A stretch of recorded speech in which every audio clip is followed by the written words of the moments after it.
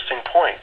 But see what Samuel said in there in verse 22 and 23, echoing what Jehovah said, they failed to do what?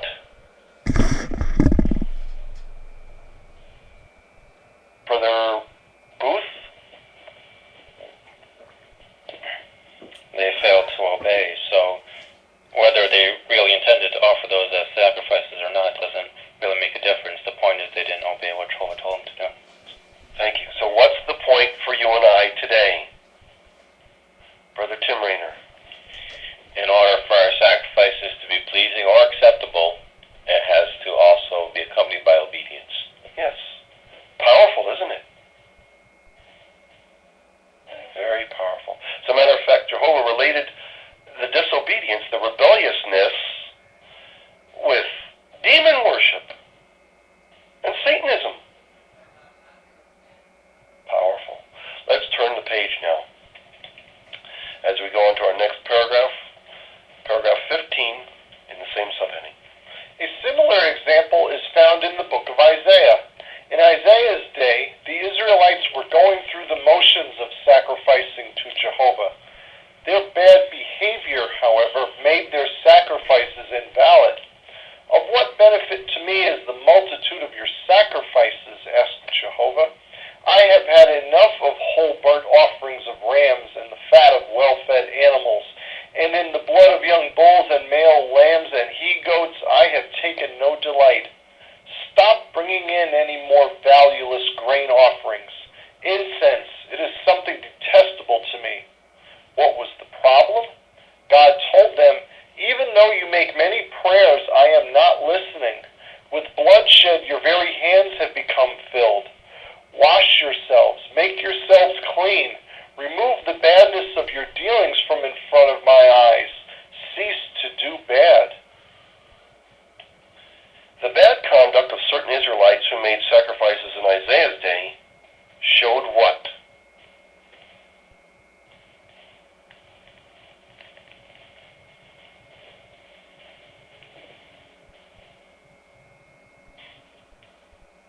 Brother Deitch in the back, please. They were going through the routine of what was required by the Mosaic law, but their heart wasn't in it. And so Jehovah recognized that right off. He says, I don't have any joy in your sacrifices. Don't even do that. And then he says, don't even pray to me. I'm not listening. Because of the way they were acting, and if you look in some of the places in Jeremiah, they were doing some real bad things. Thank you. Brother Hayworth, I get your thought, please. It showed what their attitude really was toward Jehovah, because they must have thought that the Almighty Creator was going to be impressed by what he could see as far as the sacrifices they were offering, but they must not have thought or given any consideration to that he could not only see what they were bringing to the temple for sacrifice, but he could also see all the bad things that they were doing that displeased him. And that's the point. Notice in the description there of the sacrifices, it doesn't say that you're giving lame animals. It doesn't say you're giving blind ones. It doesn't say you're giving lousy produce. It doesn't say that. Matter of fact, it describes it as well-fed, young bulls, male lambs. Brother Allen?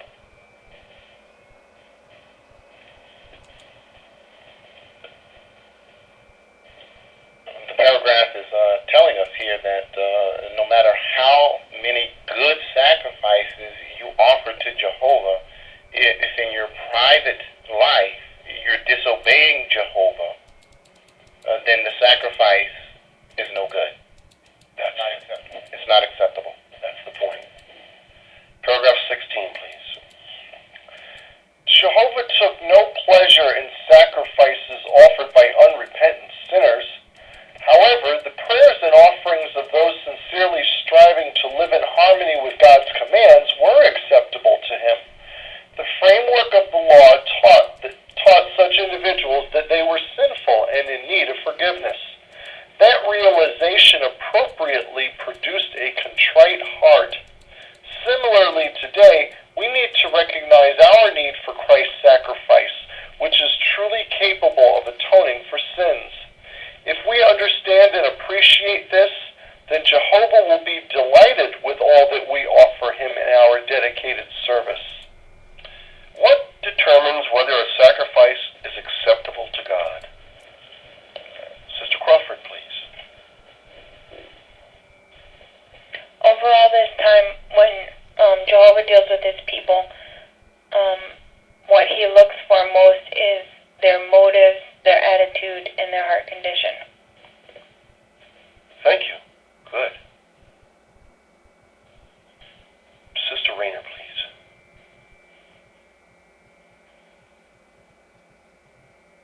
That idea of having a contrite heart indicates that that we would recognize that we need Jehovah, and we need the ransom sacrifice of Jesus. Okay, thank you, Brother Rayner. Did I get your thought? And it also indicates that we'd be sorry for having offended God in any way. The contrite heart would do that for us. And we need to recognize the need for Christ's sacrifice. Okay, thank you. So we examined back in the Israelite days among the Jews when the sacrifices before Jesus could have been proven acceptable to Jehovah and were required. If they had the right spirit in their heart, the right motivation, the right attitude, humility, they gave good sacrifices, the ones that were described for them, they gave their best, their sacrifices would be acceptable. They were recognizing that they needed to do this out of respect for Jehovah and in recognition of their sinfulness. Is it any different with us today, do you think? Let's turn to the book of Isaiah, or Psalms rather, Psalm 51, verses 17 and 19. Psalm 51, verses 17 and 19. And Sister Williams, Sue, would you read that for us as we all turn there to follow along? Psalm 51, verses 17 and 19, please. Starting in 17, it says, "The sacrifices to God are a broken spirit, a heart broken and crushed. O God, you will not despise." And 19, "In that case you will be delighted with the sacrifices of righteousness, while burnt sacrifices and with burnt sacrifices and whole offerings. In that case, bulls will be offered up on your very own altar." Thank you. Application for us? Sister Paula Deach.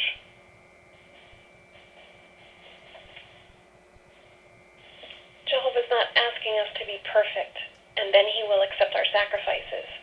But if we recognize our sinfulness, and we feel badly about our sinfulness, and we're trying to serve him with our best, then our sacrifices are so pleasing to him. Thank you. Notice the timing of this article as well as the next and the one that follows it in relation to where we are with the memorial. It's emphasizing Christ's sacrifice. We need to recognize our need for Christ's sacrifice if we understand and appreciate this. See the significance the slave is trying to drive home to us? Very timely. We go now to exercise faith in Jesus' sacrifice, paragraph 17, 18, and 19. The advantage we have over those who lived in pre-Christian times is that we no longer have to be content with seeing just a shadow of God's purposes. The laws concerning sacrifices encouraged the Jews to develop attitudes appropriate to attaining a good relationship with God, genuine gratitude to Him, the desire to give Him one's best, and recognition of the need for redemption. Thanks to explanations in the Christian Greek scriptures, we can understand that by means of the ransom, Jehovah will permanently remove the effects of sin, and that even now He allows us to have a good conscience before Him. Jesus' ransom sacrifice is a wonderful provision. Of course, more than a simple understanding of the ransom sacrifice is needed in order for us to benefit from it. The law has become our tutor leading to Christ, that we might be declared righteous due to faith, wrote the Apostle Paul, and such faith cannot be devoid of works. Paul thus encouraged first-century Christians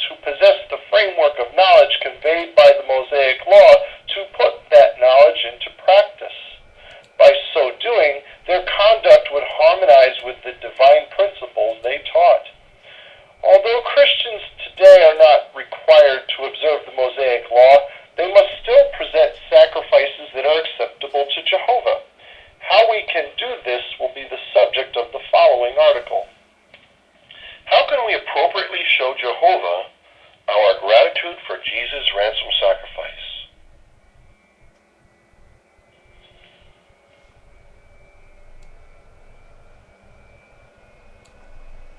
Mr. Kelton, please.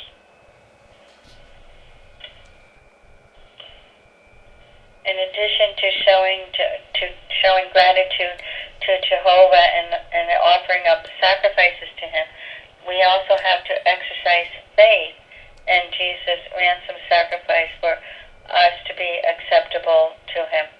Thank you. And according to James chapter 2, verse 26, what was said concerning faith? Sister Roden, please.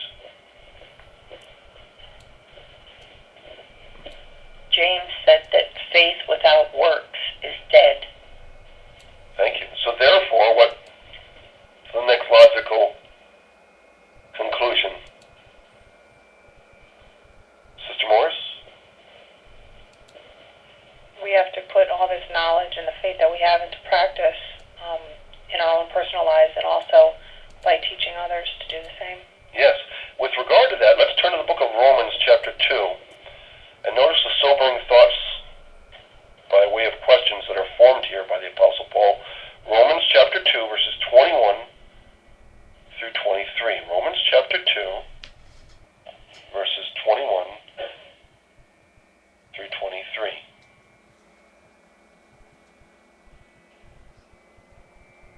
Chance for someone to volunteer to read that. Sister Rayner, please.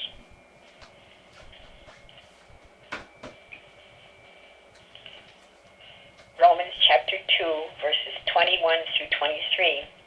It says, "Do you, however, the one teaching someone else, not teach yourself? You, the one preaching, do not steal. Do you steal? You, the one saying, do not commit adultery. Do you commit adultery? You, the one expressing abhorrence of the idols, do you rob temples? You, who take pride in law, do you, by your transgressing of the law, dishonor God?" Thank you. What's the point? Sister Rayner? We have to practice what we preach. In effect, yes, that's it. So what's going to be considered in the next article?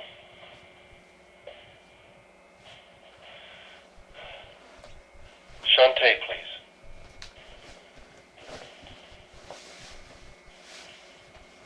We will learn how we can make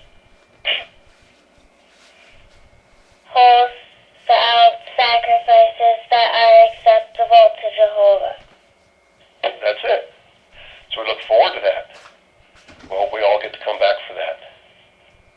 And then that we've studied ahead of time and meditated on it. We thank you for your comments. We thank Brother Hayworth for his fine reading.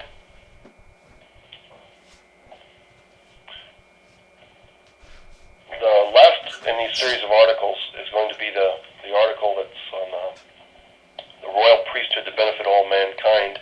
And you'll also want to take note of the fact that there's a fine article at the end of the magazine with regard to preserving gems from our past. But let's now go back to the beginning of our article again and go back to the review questions.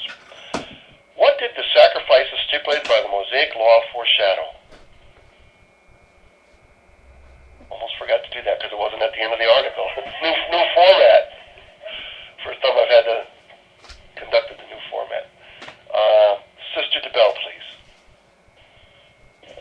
It really foreshadowed Jesus' perfect life that was going to atone for sin for mankind. Because all of us are born sinful, we actually needed this perfect sacrifice in order for us to be acceptable to Jehovah.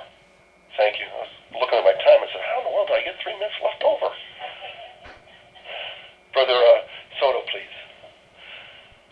Yes, and it also shadowed that we don't have to do as the Israelite nation had to do. They had to always sacrifice everything. They did something wrong. Now, when Jesus Christ died, being that He was the perfect Lamb, He did the sacrificing for us. After this, we now